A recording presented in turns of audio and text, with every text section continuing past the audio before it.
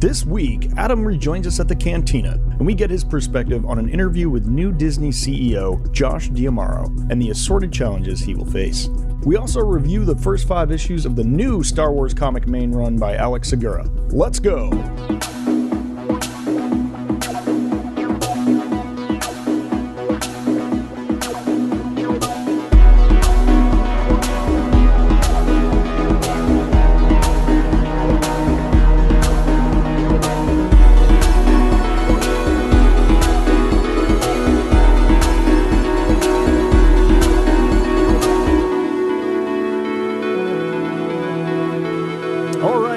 Another week of Cantina Chronicles. This is a weekly Cantina crawl across the Star Wars galaxy where we have delightful discourse about all things Star Wars, including news, notes, and theory, synthesizing all media. We contextualize your canon. We are your landing pad for all things Star Wars. Grab a seat at the bar and let's chop it up. You can sit right here, right in between Adam and myself, and we will get a drink made for you, and we're going to talk about Star Wars, and this week we're going to talk about comics, the main run, the 2025 edition of Star Wars, issues 1 through 5, and other things. Adam, you're back. I'm back. I'm here. How are things? Are you okay? I'm fine. Everything's fine here. How are you? How are you? No. You're doing okay. We lost Grant, unfortunately. Yeah. No, it's so those of you who don't know, we live in the Northeast. I had February vacation, to which my daughter was sick the entire February vacation, so couldn't go to camp, and then got an entire week snowed in. So scheduling was hard. Yeah. But I'm very happy to be back and talking Star Wars and not watching Pubstruction. Fair. Welcome back. You deserve a break. Grant is literally missing in action. We assume he's okay, but we have no idea where he is. Yep. These are the times we live in right now. But we're going to talk about the comics. But first, I wanted to catch up with Adam just about a little bit more, if you will indulge us, about the Mandalorian teaser and trailer that we got. But first, we did get like one little tiny piece of news that we found interesting. There was a long Variety article on the new head at Disney, whose name is Josh D'Amaro. D'Amaro. Yeah. D'Amaro, probably. D'Amaro. And it's a pretty general article. It got sort of picked up by like our Star Wars and some people, just because the like one quote was roughly saying that the teaser in the Super Bowl commercial there didn't really garner the amount of interest they're worrying about. And so it's just talking about all the challenges that face D'Amaro as he goes into this. But I don't know. What did you think about the spot, Adam? So like the Super Bowl trailer spot, I still remember it seeing as live happening. I'm like, what is happening right now? And like I got the joke, right, that they're doing a take on the Clydesdale like spot, which are like, hey, it's a take. I also know it had to be short, because why would Disney want to spend that much money to do a trailer when they could just drop it online and get more people viewing it online than that? So I was actually shocked to see it, because all of the announcements were that Disney were going to do 0 trailers during the Super Bowl because of that. So it wasn't a surprise. Yeah. I don't know if it was a nice surprise. I mean, here's the thing. I don't know why. I thought it was strange. I didn't particularly like it. I don't think that matters, though, because it wasn't a trailer about the movie. It was just a cute little trailer to get people excited about the movie. And the joke missed, and it wasn't well done. and that's fine. That happens. Marketing people miss. And I feel like it's one of those things like, why are we now signaling a 5-alarm fire because a crappy, like, like it's more, I think it says more about the quality of that trailer than it did about the movie itself. So yeah, I mean, so this article with about D'Amaro and like, he's interviewed heavily in it. It's more general. It wasn't like a 5-alarm fire, but of course, like the Star Wars fans at large kind of took it that way. Sure. It didn't get the response, but it's kind of just saying like this dude's got a lot of challenges ahead of him. He seems great though. He's from the park side. Makes me excited. Yeah, everyone loves him. He's one of those people that's just like, he shows up to like workers events and, he's always on the ground. He he really believes in like pulling his ideas from the workers and the entertainers that work in the Disney parks. And he's involved and everyone loves him and he's a great person. And he actually beat out a couple people. One of them was Dana Walden, who's still co-chairman of Disney Entertainment. So she's from the creative side, and she's also very well liked. Um, and they seem to like each other. It was just kind of like, oh, there's a lot of problems facing this guy. How's he going to do? And they really didn't talk much about Star Wars other than that one beat where they kind of he probably added it in last minute to sort of Yeah. after it happened. Yeah, probably they looked at the metrics, they didn't see the bump they wanted. I'm a Patriots fan, so if I had like a heart monitor that you could read, it would probably be around 200 beats per minute at that point, as I'm like hoping to see some sign of life from I the know. Patriots offense. Worst Super Bowl And ever. and I'm just like, I can't deal with the Star Wars thing right now. Like there It was wasn't no like breaking through. Yeah. no, I Yeah. wasn't like I couldn't digest it, Yeah. but I mean, I am a huge Sam Elliott fan Yeah. because of The Stranger It's so great. Yeah. in I mean, because of everything, because he's amazing in everything he's done, but particularly from The Big Lebowski, and he's like, "Sometimes there's a man." Yeah. I did that bit last week, so I won't, cringe you out again That's this great though. I like it. but Yeah. No, yeah, it's here's where I'll give it points. Is it tried to do something different than just showing a trailer, right? Kudos mhm, for that. Like you're trying to do something. Love it. Didn't work for me, but who cares? Um, and then the real trailer dropped. What was it, like a couple days later? Which yeah, was yeah. like, So okay, that must have been them being like, "Oh, looking for a ew. bounce off Yeah. that." Has done nothing to change my mind about this movie. And here's my I will keep saying it, and I hope to be wrong. I think it's going to be kind of a nothing burger of a film. But I think I'm also going to be sitting in the theater enjoying a Star Wars movie and not sitting there with my arms crossed, and Yeah, mumbling. Like I think it's going to be extremely entertaining, and I think it's going to be a good 2 hour ride. I don't think anything meaningful is going to happen during it. I don't think it's going to do anything for lore. yeah, Please prove me wrong. more than happy. I'm not betting on this. I'd rather be wrong than right in this thing. Um, the more I think about the movie, I think it's a placeholder. I think yeah. they realized how long it's been since the Star Wars movie's coming out. They needed to get people aware that 6 Star Wars years, is still a 7 thing. years, yeah, Yeah, and they have stuff lining up, and they didn't wanna have to wait another 2 years to get something that might be starting a new, yeah, a new not franchise, but like a new series or whatever. And I think if you need to do that, going to, The Mandalorian and going to Jon Favreau is not a bad place to go. That man can put together a really solid 2 hour adventure film that is extremely entertaining.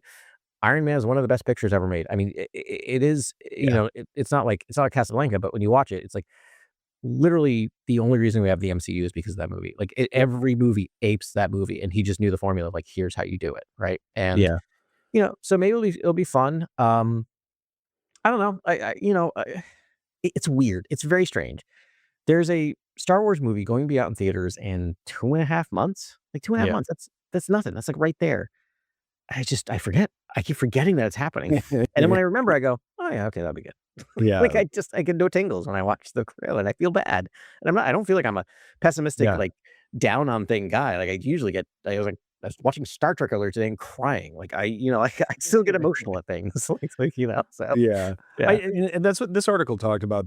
The other sort of sentence they added to that was, "It seems as though the fandom is much more excited about Starfighter because it has promised to sort of add to the lore and do some interesting things."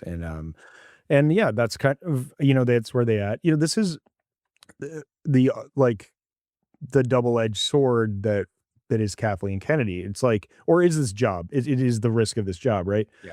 So she kind of pushed through the sequel trilogy, right? It was Yeah. like there was a hard deadline and compromises were made. It's like that last film could have been 2 films. It could have been a 3-hour film. It like could have been a Could take 4-hour another film. ye Like Yeah, could take another year to make, right? it Like, could have yeah. taken another year to make, Yeah. and they rushed through it. And, Kathleen always learns from her mistakes. And she was like, okay, that did that, let's not do that. So she gave people sort of unlimited time frames. And you have what? The like, Ryan Johnson trilogy is nowhere. Taika Waititi movie is nowhere. Yeah. The Mangold script is kind of like been read, but kind of nowhere. Like, Yeah. so it was like if you give these people no deadline, you get no movie. Yeah. The Charmine like Obeid like script for the Ray movie is nowhere. Like Yeah. And it does make sense that executives would be like, "It's been 6 years, bro. Like, how long are we gonna go without a Star Wars film? Like, we're in the business of making film." And, Yeah. so I mean, I guess I get Iger in that position, and they need to start making movies. And yeah, I mean, Favreau, dude, like, he's a movie maker. Like, Yeah. the departure was him making a serial television show, Yes. Yeah. and he made an amazing one, Yep. and now he gets to use those characters, use that universe he created, and, and tell it in a feature film format, and I think it's gonna be fantastic. Yeah. Yeah.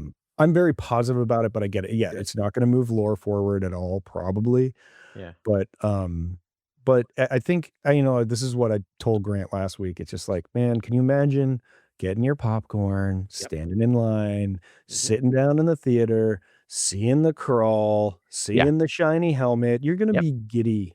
You're gonna No, be the giddy. second the crawl hits, I'll be on board. Like, and that's the thing I know is like I guess, and it's not a bad place to go into. I'm going in with 0 expectations in this thing, and so it can only get better from that, right? It can only be at worst, it's gonna be entertaining film. At best, it's gonna Yeah, do something that I was not expecting, which I kinda like. I kinda like that I'm like, "This thing's gonna have nothing." It's just gonna be a fun adventure film, and then when it randomly somewhere in the 3rd act throws in some major bomb, and I'm like, "What?" Like, yeah. it's gonna be great. It's gonna be great to experience that, so Yeah, dude, yeah. Well, all right, why don't we talk about this comic here? sure. We're trying to catch up on our comics, so this whole arc actually is finished. It's a 10-issue arc. Yeah, I we can talk about that a little later if we wanna maybe end with that, because I just have questions in terms of, um, there are no main run continuing ongoing Star Wars comics now.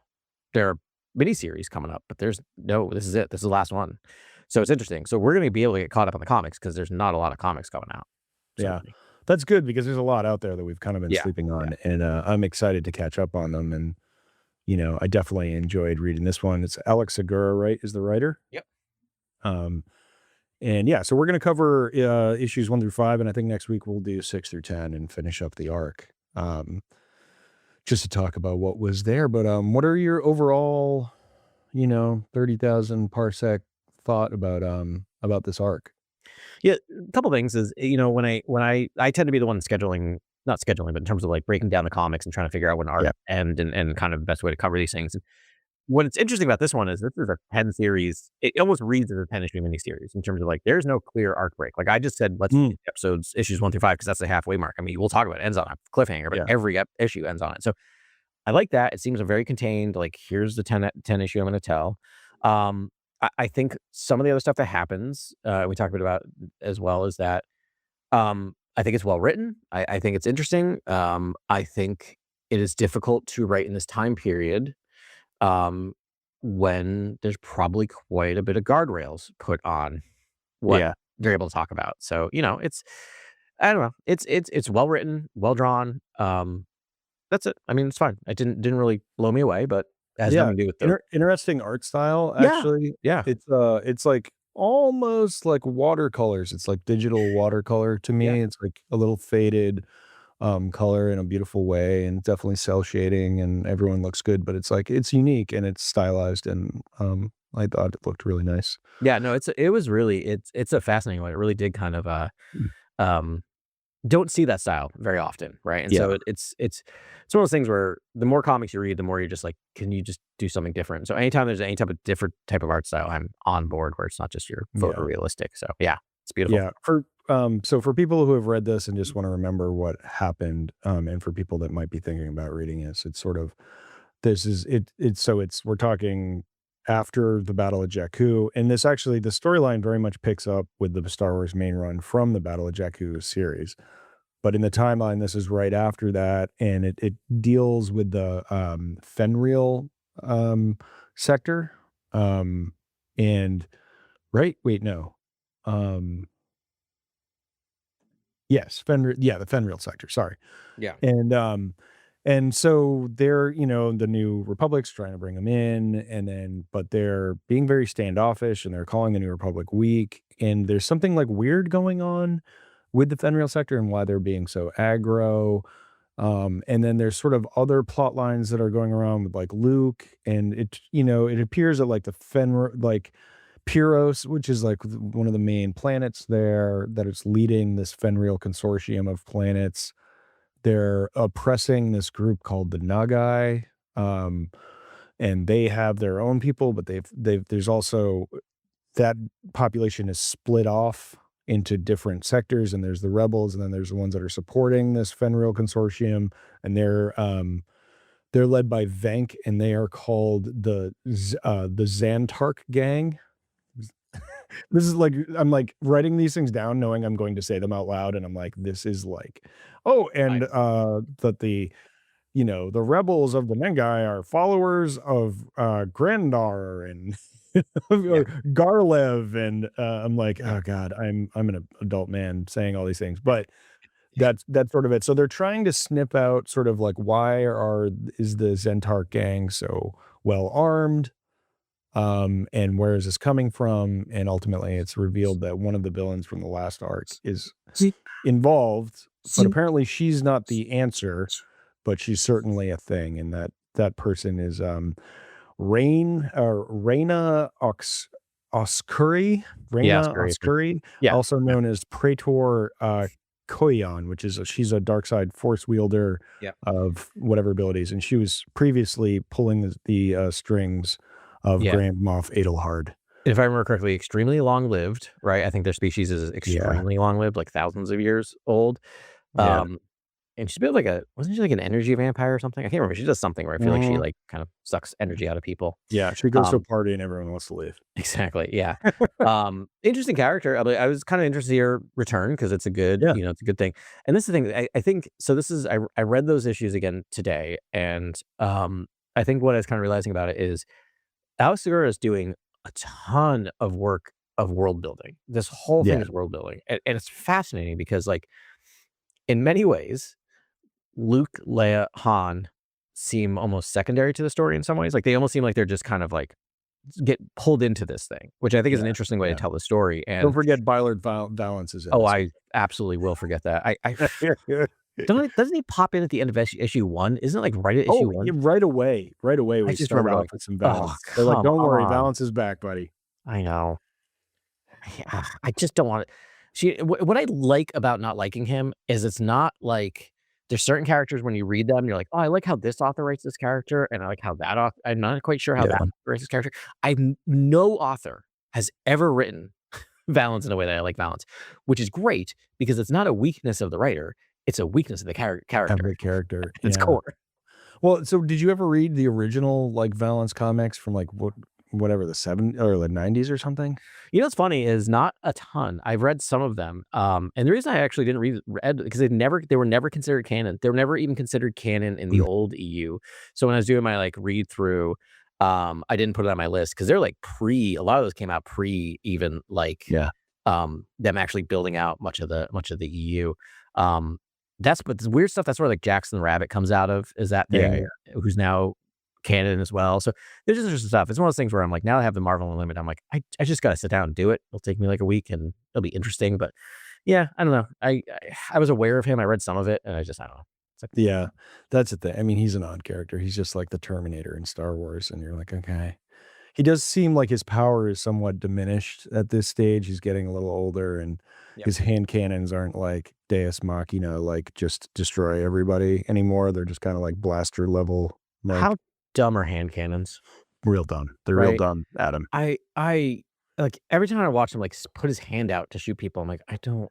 I'd Ugh. rather like have it like a finger that he could point like a gun and shoot Yeah, I people. would just save that, dude. Save it for an emergency and use a Yeah, blaster like an adult. yeah. Like, yeah, He's also so inconsistent because sometimes he's like really like, very emotionally aware, right, and very, like, yeah, talking about it, and in this one, he's just there to get Han's goad constantly, like, he's yeah, just negging Han through the entire thing, and I'm like, "Why?" Like, I don't understand what the goal is, do you want you don't want Han to be a scoundrel because Valance is not, like, a scoundrel-like person, right? Like, he's more of a bounty hunter, right? Like, yeah, he's a lawful neutral, I guess would I put him yeah, in there, right? Like he's not good or bad, but he does follow like very closely on the rules for the most part.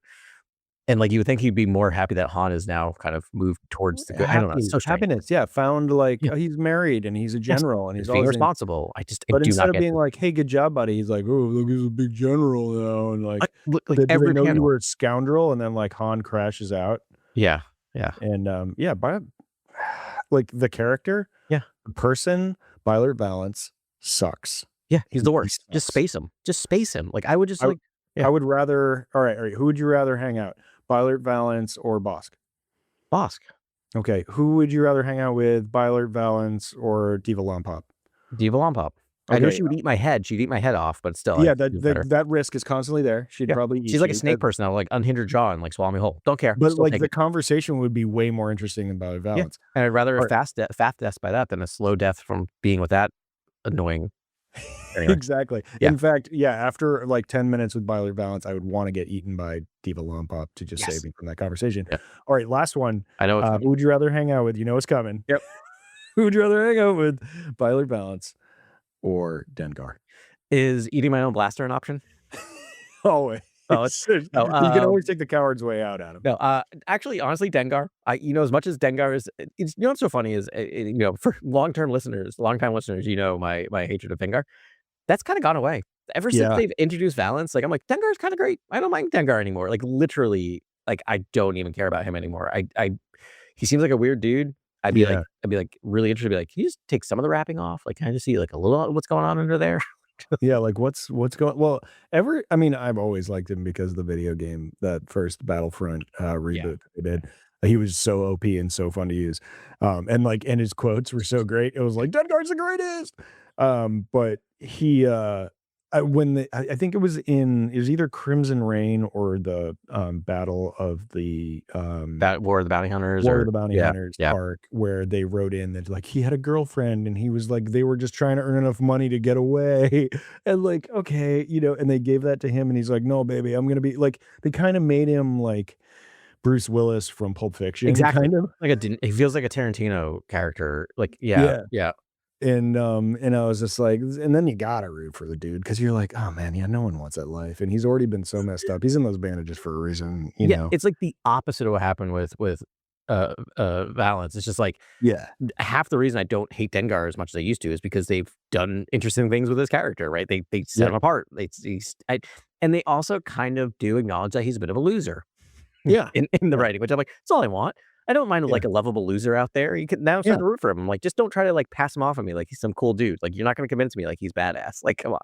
Yeah, like, he Yeah. definitely annoys a lot of people that he's with, and he Yeah. double crosses, and, like, he's not the greatest, whatever, but, like, yeah, still rather hang out with Dengar than Oh, 100%. God, because Valance is just, like, they did so many things with his character. Alright, this is not gonna be a Beilert Valance I mean, episode can anymore. it though? This is I don't know, but, no, but I just build off what you said, like, that's part of the issue is I don't understand who Valance is at his core. Like, he just Ugh, slots into whatever they need a character to do and whatever thing they need him to do it in. I And it's just like, know. yeah, I know that, well, like, there are so many other, like, characters they created that we could have followed this whole way that weren't Violet Valance, and yet we got him in the, in Imperial Navy and getting yeah, blown up, and we get him with the rebellion, and then we get him, like, in his love yep, story, and then, like, but he's a monster now, so he can't be with his wife, but he could be with his wife, but he can't be with his wife, and he finds love again in someone else, and that goes, and then he's Vader conscripts him, and then he's right. forced to be a bounty hunter, and then he's got to protect the child. Like, he's done all of these things, and now he's been spit out, and, like, from that gauntlet, Yeah, and I guess he's like, I think he's like a nihilist now. He's just like a nihilist sort of bounty hunter that has this, like, complicated past, but it's like we still don't know what he well, for all yeah, that, like, all of his, like, crazy decisions that made no sense through that whole, like, thing. yeah. We really don't, I don't know. Maybe that And makes him more human, but I don't know. I guess I don't know. And the funny thing is I just can't say this enough is that like he keeps appearing in runs that I really, really enjoy, like that Han Solo, like the Han Solo Imperial Cadet Yeah. book is Oh, that was really so fun. good, it's Yeah. so good, and I'm like, so it's not the writers, Like, I cannot state this enough. It's just like it's the character. Like, the character just sucks. Like, some characters you've created in such a way that there's no salvaging them. Like, just, like, give them the Yeah. catharsis of death. Like, it's for the readers at some point. Right, just kill him for his own good. They even make a line where he's like, "Oh, well, I'm not gonna die today." And Mhm. I'm like, "Ugh." I'm like, Why not? "Is that, like, Segura, like, making trolling us, the Yeah. readers?" Because it's like, he should have died 29 times. Like, how many cliffhangers was he in where it was like, "Did Beilert Valance die?" And Yeah. it's like, hopefully, Yeah. but no, like, he could have had so many like, he could have sacrificed himself for his wife, he could have, like, Yep. for the rebellion, for the empire. That would have been fun, Yeah. like, for anything, like, and he Yeah. never dies. It's not like it's an Afra. There's no chance he's gonna show up on, like, live action anywhere. So, like, just it's like that character from comics, right? Just from the generations of comics, that character is built to die. Yeah, Like, t as a surprise death in the middle of something, right? That has gives it yeah, stakes, right? Like, he is the Thunderbird of the X-Men version of, like, it's like, just yeah, kill him yeah. off. Yeah. I know. If he, like, died off panel or something, I would cry laughing. I would Just see his cry arm laughing. kinda up and hanging. Yeah, like, Yeah. "Oh, yeah, balance." Like, "Oh, no, that was balance." Um, and then like, "Wow, he didn't make it. Huh, alright." Oh, And, like, that okay. would be the funniest sort of ending for him because I it's know. like, now it's like you missed 25 opportunities to kill that dude off, but it's like, I'm afraid now we're gonna see him in, like, Starfighter, and I'm gonna be, like, I'm gonna, like, cry in the theater. I'm like, is there a mandate to he has to be in things?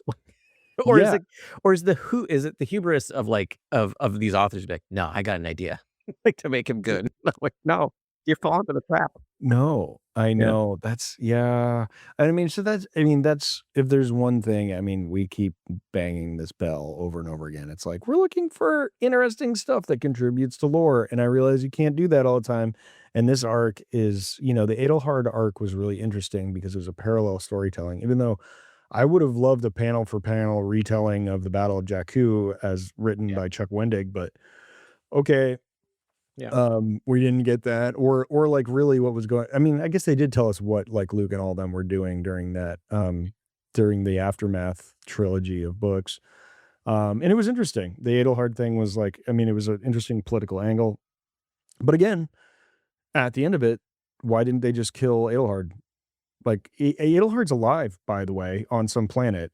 Right. And what's Reina Uxuri or Uxuni Uxuri Oss Curry, sorry, I'll never be able to say that name, because 'cause I'm stupid, but, she's back, and she doesn't know that he's alive, and it's like, he was a great character for a while, but I like, can we just do something different on this stuff? And then Yeah. it's like, the answer is A, no, and B, also, welcome back, Beilert Valance. Yeah, I know, right? It's like, he's not Thrawn. Like, he's not Yeah, gonna become this big bad brain. Like, he served his good of being a good yeah, villain for a while, and no, it's interesting. I don't quite I remember when they announced, like, I mean, 10 years ago, right? These are now we're in 10 years of these comics, and, like, the first run of comics was yeah, between Star Wars and Empire, and then it was between Empire and Return, and then the second they announced, "Oh, they're actually gonna start moving the timeline forward for Return," I was so excited.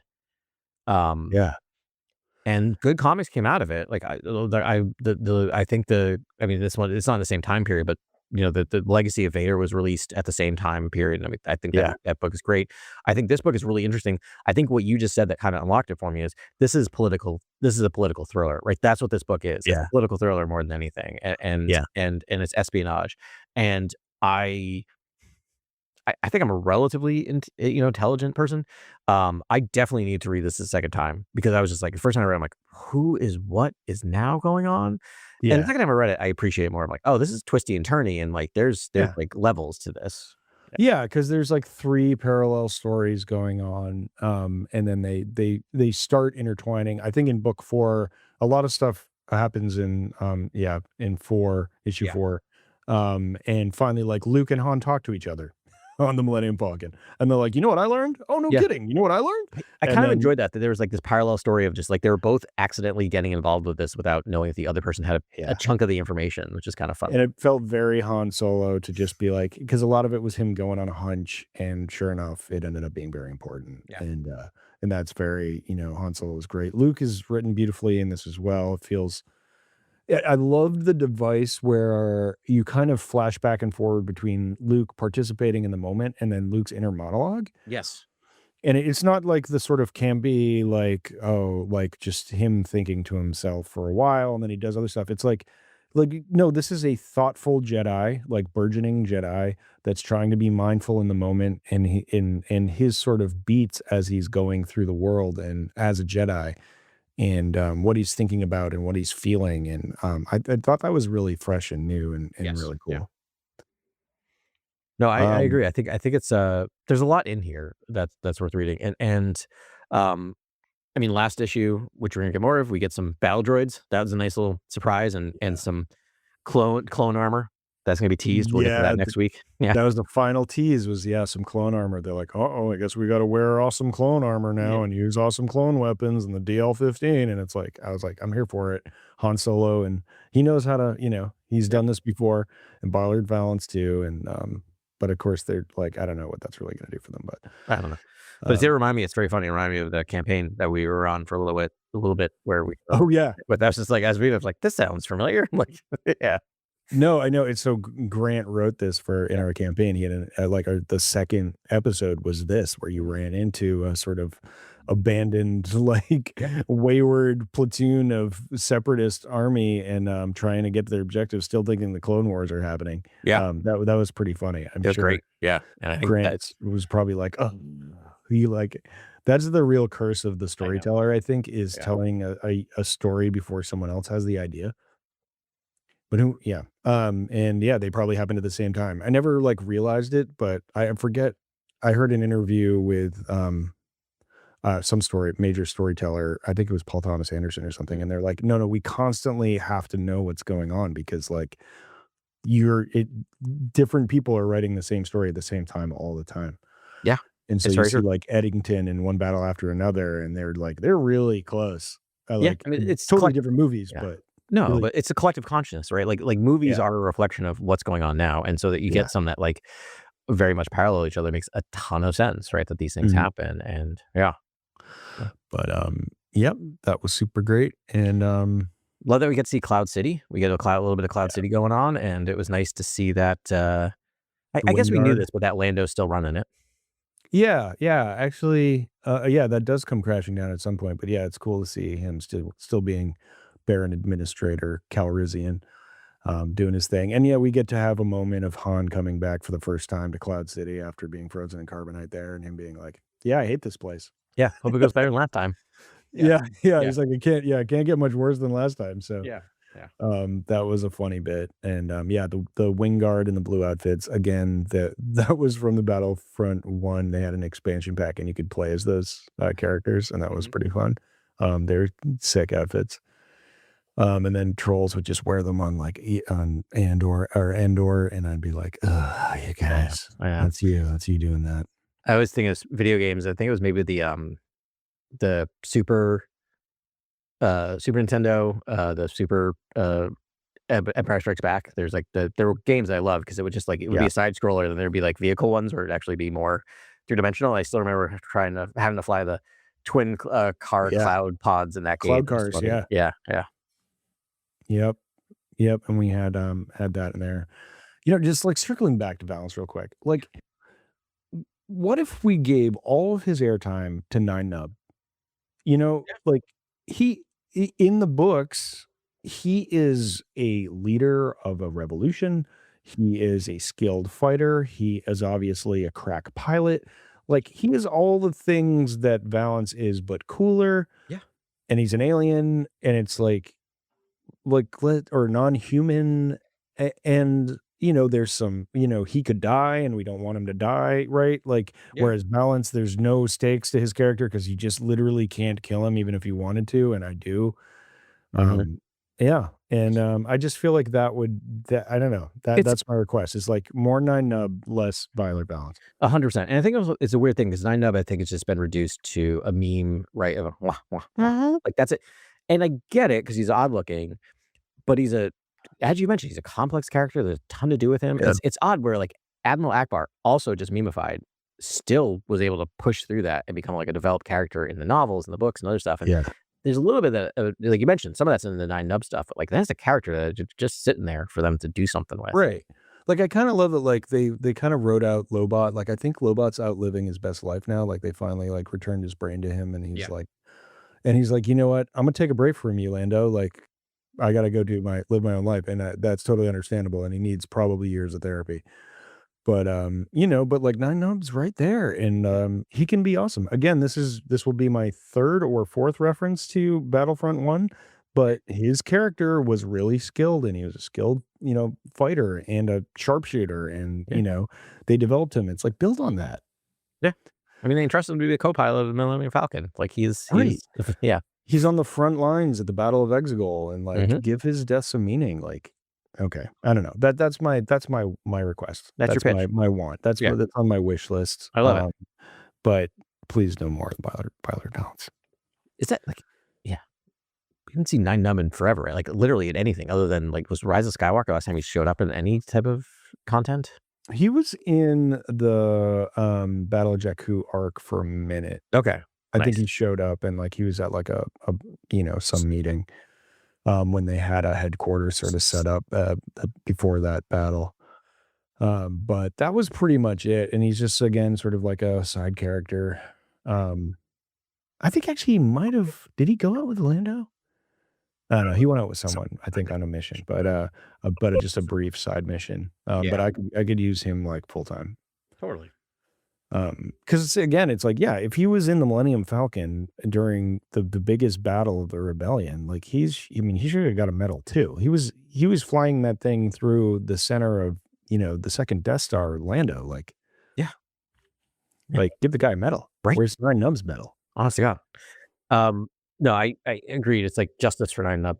Um, the oh, so you have names down. I'm sorry to put you on the spot because I didn't take Yeah, notes, no, but do it. so they had the character they introduced, who's like Luke heard the name, and then you have the parallel storytelling of Han flashing back to dealing with that kind of his friend slash Garlev. smuggler. What's that? Are you talking about Garlev? Garlev. Thank you. It was interesting because I was so not in that character. I'm like, you just seems like you're slotting in a character that was important to everyone that I've never heard of before. Yeah. You They're you get like, "Let that us issue? just give you the backstory real quick." Yeah, yeah, exactly. I know, so I was a little bit but I once it got me was when they just it's a good use of, dropping suspense in a moment where it's just, like, you think he's gonna be this integral part of this whole story, and then you walk in and he's just dead, and And he's dead, yeah. so are the doctors and the bee, and the Yeah, the medical droid. droid, and I'm like, Yeah. "That's rough," but I it was great, like, it was a little moment of shock where it's like, "Oh, man," like, it's like, that Yeah. character is toast, yeah. Yeah, that was really fun. Yeah, I mean, it's a great political thriller. There are ups and downs. I was able to keep up with it, but it was, I mean, because read all 5 in a row, back to back to back. I think it Yeah. might have been tougher otherwise. No, that was my problem because I read them as they come out, and, like, on top of everything else I'm reading, it's, like, a month later, and I read the crawl is great, the crawl is very helpful, but you can only give so much information in that crawl, and I was just like, "Who's doing what now?" And then Yeah. this afternoon when I sat down and read it, I'm like, "Okay, this is all very clear." Um, yeah, yeah, it was very good. There's a couple other things. So there's a huge MacGuffin in this that's just sort of sitting around waiting Yeah. to be used. And it is the Crown of Verity. So we start off with Luke sort of chasing down this relic, based on, a battle he was in and some things that a person told him in his last Right. words. And yeah, and so it's this like headpiece that you wear, and you can tell when someone's lying when they're speaking and you're wearing it, but you're also the like monkey's paws that you can't lie while you're wearing it. Right. And it was a Jedi relic, and it must have been used. Like, Luke didn't give much backstory, but he clearly has done a bunch of research on this relic. Yeah. So it must have played a role at some point. And he did obtain it, and he has it. But it's not clear how or why or what that's going to be used for. Yes. Right. But And one has to assume that we're going to see it before the end yeah, of. I mean, it's Chekhov's gun or Chekhov's Yeah. crown. Like, it will for sure come back into play. And love that. I mean, anytime I get my Dr. Aphra vibes of a relic, Yeah. I'm like, give me a relic all the time. It's Yep. also interesting too, because the way he talked about it seemed like it was just hanging around the Jedi Temple and they just use this thing occasionally. Yeah. Like it was just a tool for the Jedi to Yeah. use. I mean, that could be the Charmin Obeid Chinoy like movie to me. Like would be a great movie to me is just Ray like, you know what? I got to do more research.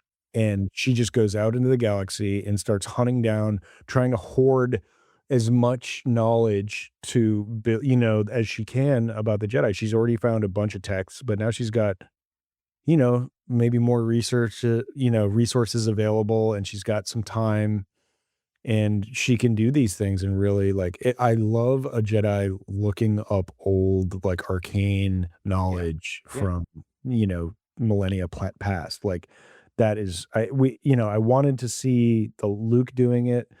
We got a little novel, like young adult novel about Luke Yeah. kind of doing that, and it Just was like like really fun.